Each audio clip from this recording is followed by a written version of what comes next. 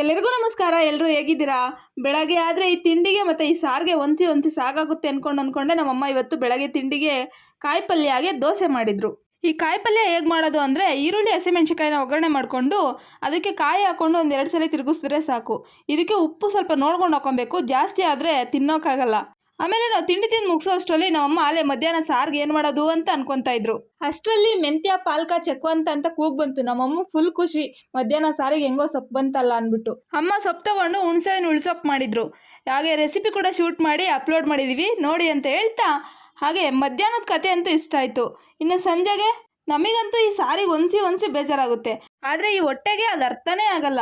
ಟೈಮಿಗೆ ಸರಿಯಾಗಿ ಊಟ ಕೇಳುತ್ತಲ್ವ. ನಮ್ಮ ಮನೇಲಿ ಸೊಪ್ಪಿನ ಸಾರುಗಳು ಅಂದರೆ ಅದು ಎಷ್ಟು ಇಷ್ಟ ಅಂದರೆ, ಸಂಜೆ ಕೂಡ ನಮ್ಮಮ್ಮ ಸೊಪ್ಪಿನ ಸಾರೇ ಮಾಡಿದರು. ಹಾಗೆ ನನಗೆ ಇಷ್ಟವಾದ ಒಂದು ವಿಷಯ ಹೇಳ್ಬೇಕು ನಿಮಗೆ. ಈ ಸೊಪ್ಪು ಬೇಯಿಸ್ಬೇಕಾದ್ರೆ ಅದ್ರ ಮುಂದೆ ಹೋಗಿ ಕುತ್ಕೊಂಡ್ರೆ ಆ ಸೊಪ್ಪಿನ ಘಮ ಬರುತ್ತೆ, ಅದು ನಂಗೆ ತುಂಬ ಇಷ್ಟ ಆಗುತ್ತೆ.